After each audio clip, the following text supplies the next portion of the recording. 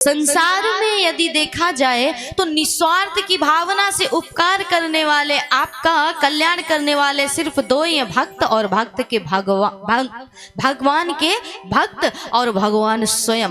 दो ही हैं संसार में जो आपका निस्वार्थ भाव से कल्याण करने की भावना रखते हैं। बाकी तो सबका स्वार्थ का संबंध है महाराज, और इनके लिए हम अपना जीवन खत्म कर देते हैं। माना जाता है ना कि कितनी बार हमें इनके कारण भटकना पड़ता है। संसार में आप इनसे निभाते निभाते ईश्वर से निभाना भूल जाते हो, फिर 84 के चक्कर में कैसे भटकते हैं। तो बोले 9 लाख बार जलचर का जीव बनना पड़ता है, अर्थात जल का जीव बनना पड़ता है। 20 लाख बार पेड़ बनना पड़ता है, पत्थर बनना पड़ता है, और स्थावर इत्यादि 11 लाख बार कीड़े, और महाराज 10 लाख बार पक्षी, 30 लाख बार पशु जन्म लेने के बाद ये मनुष्य का शरीर मिलता है। और इस शरीर को पा करके भी ये मेरा मेरा अपना है, इसका जीवन बनाना है, इसको सुधारना है। इसी में हमने जीवन को ख़त्म कर दिया। कुछ हाथ लगेगा फिर ये जाएगा आपका मेरा।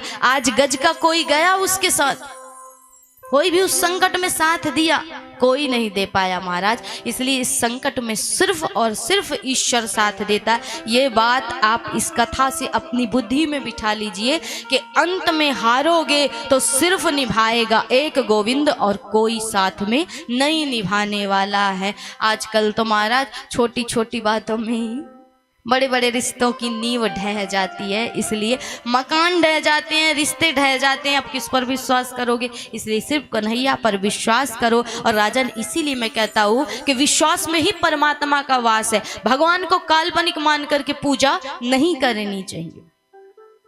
भगवान हर जगह व्याप्त हैं, और भगवान को काल्पनिक मान करके पूजा करोगे तो आप अपराध करोगे, अपराध करोगे तो उसका दंड मिलेगा। और यदि भगवान को आप विश्वास करते हैं, उनसे संबंध जोड़ते हैं, समर्पण की भावना से आप जो हैं वही ईश्वर को मानते हैं, उनमें भी वही प्राण मानते हैं, उस मूर्ति में भी वही प्राण मानते हैं, वही ईश्वर मानते हैं, तो भगवान तो अपने भक्तों की चरण रज भी अपने सिर पर लगा लेते हैं।